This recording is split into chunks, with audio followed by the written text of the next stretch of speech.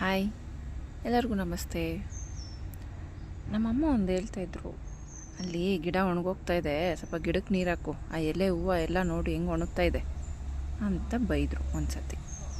ನಾನು ಅಯ್ಯೋ ಅಮ್ಮ ಬೈದ್ರಲ್ಲ ಅಂತ ಹೋಗಿ ಎಲೆ ಹೂವು ಒಣಗ್ತಾ ಇದೆ ಅಂದ್ರಲ್ಲ, ನಾನು ಎಲೆ ಮತ್ತು ಹೂವಕ್ಕೆ ನೀರು ಹಾಕಿದೆ. ಬಂದು ತಲೆ ಮೇಲೆ ಒಂದು ಪಟ್ ಅಂತ ಕೊಟ್ಬಿಟ್ಟು, ನಿಂಗೇನು ಲೂಸಾ, ನಾನು ಗಿಡ ಒಣಗ್ತಾ ಇದೆ ಅಂತ ಹೇಳಿದ್ನಲ್ವ, ಎಲೆ ಹೂವು ಎಲ್ಲ ಒಣಗ್ತಾ ಇದೆ ಅಂತ, ನೀರೆಲ್ಲ ಹಾಕಬೇಕು, ಬೇರ್ಗೆ ಹಾಕಬೇಕು ಅಂತಂದರು ಅಲ್ವಾ ಅಂತ. ಅವಾಗ ಫ್ಲ್ಯಾಶ್ ಆಯಿತು ನನಗೆ.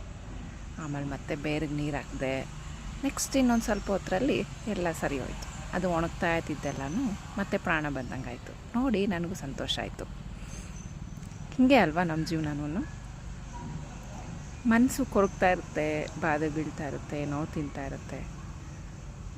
ಅಂಥ ಟೈಮಲ್ಲಿ ಮೇಲೆ ನೀರು ಹಾಕಿದ್ರೆ ಸರಿ ಹೋಗಲ್ಲ ಅಲ್ವ, ಬೇರ್ಗಷ್ಟೇ ನೀರು ಹಾಕಬೇಕು, ಆವಾಗ ಕರೆಕ್ಟಾಗಿ ಸರಿ ಹೋಗುತ್ತೆ.